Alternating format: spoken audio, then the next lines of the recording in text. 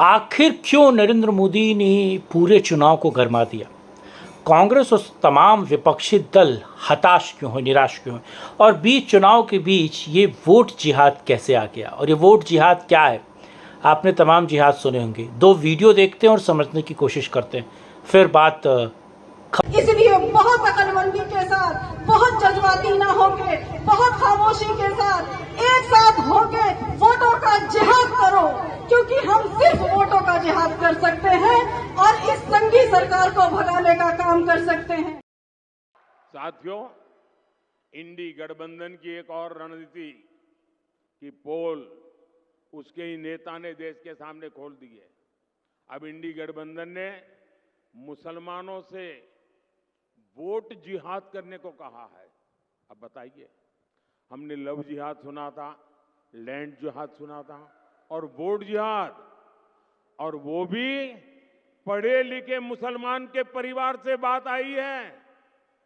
सामान्य मदरसा से निकले हुए किसी बच्चे ने नहीं कहा है। हाईली क्वालिफाइड फैमिली और कांग्रेस के वरिष्ठ पद पर बैठे हुए परिवार, ये मुसलमान परिवार ने कहा है, नारा दिया है, वोट जिहाद करो। आप जानते हैं ना जिहाद का मतलब क्या होता है? जिहाद किसके खिलाफ किया जाता है?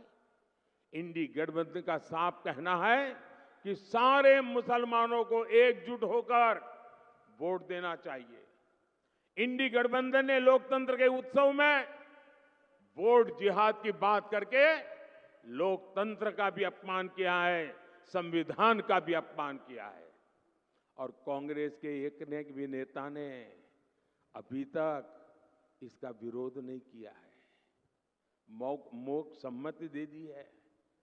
ये वोट जिहाद की बात भी कांग्रेस की तुष्टीकरण की नीति को ही आगे बढ़ाती है। एक तरफ इंडी गठबंधन एसटी, एससी, ओबीसी सामान्य वर्ग को बांटने में जुटा है और दूसरी तरफ वोट जिहाद का नारा लगा रहा है।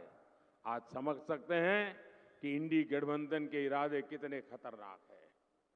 तो आपने देखा एक वीडियो में एक नेत्री हैं, राजनेता हैं, वो किस तरीके से पूरे मुसलमानों को एक साथ आकर वोट देने की अपील कर रही हैं। आपने लव जिहाद सुना होगा, आपने ज़मीन जिहाद सुना होगा, आपने जिहाद सुना होगा और तमाम तरह के जिहाद आपको पता है, लेकिन मुसलमानों को एकजुट करने के लिए एक नया जिहाद चल रहा है जिसे आप वोट जिहाद कह रहे हैं। उसका बस्ट या फिर उसके काउंटर में किस तरीके से नरेंद्र मोदी ने क्या कुछ कहा और सीधे इंडिया अलायंस को घेरा। आप समझिए कि नरेंद्र मोदी ने पूरे विपक्ष में खलबली क्यों मचाती है। अगर आप इसको देखेंगे, समझेंगे तो आपको पता चलेगा लगातार नरेंद्र मोदी जिस तरीके से अलग अलग मुद्दों का काउंटर खोज रहे हैं।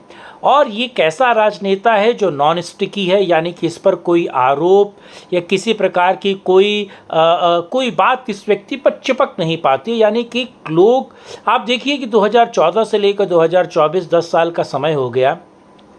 राहुल गांधी और तमाम विपक्षी पार्टियों ने न जाने क्या क्या आरोप लगाए और किस तरीके से नरेंद्र मोदी पर आरोप प्रत्यारोप और बहुत सारी चीज़ें लगाएंगी। क्या नरेंद्र मोदी पर लोगों का जो एक तरीके से फेथ है वो कम हुआ? मुझे लगता है वो नहीं हुआ। आपको पता है एक जर्मन शेफर्ड ध्रुव राठी जो जर्मनी से आया, उसको भी खड़ा किया गया और तमाम नैरेटिव लगातार बनाए जा रहे हैं। कांग्रेस और इंडी में इतनी हलचल है, अगर राज्यवार आप देखें तो उत्तर प्रदेश में अमेठी और रायबरेली से बहन और भाई चुनाव लड़ने को राजी नहीं हैं। और सोनिया गांधी को पहले ही पता था कि अगर वो रायबरेली से चुनाव लड़ेंगे तो नरेंद्र मोदी उनको हरा देंगे, सीधी चीज़ है।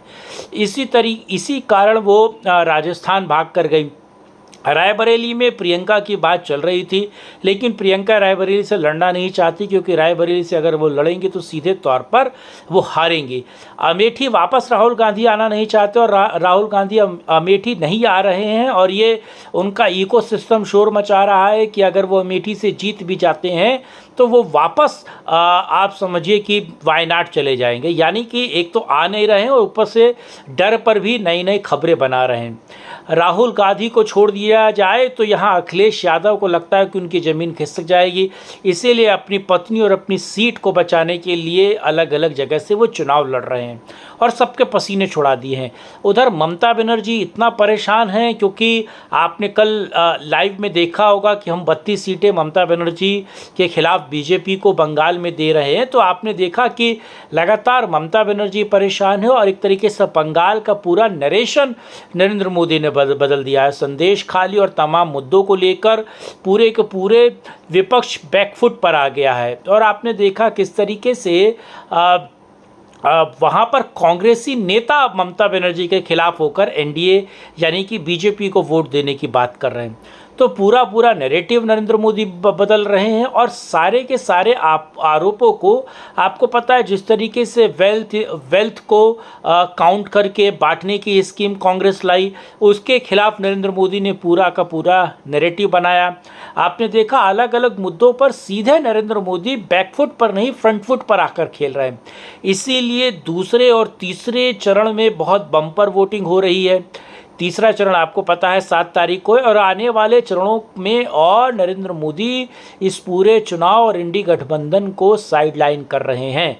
और इसकी हताशा, इसकी निराशा आपको सीधे तौर पर अलग अलग पार्टियों के मैनिफेस्टो और अलग अलग पार्टियों के अलग अलग प्रचार या फिर उनके बयानों के माध्यम से देखने को मिल ही रही है।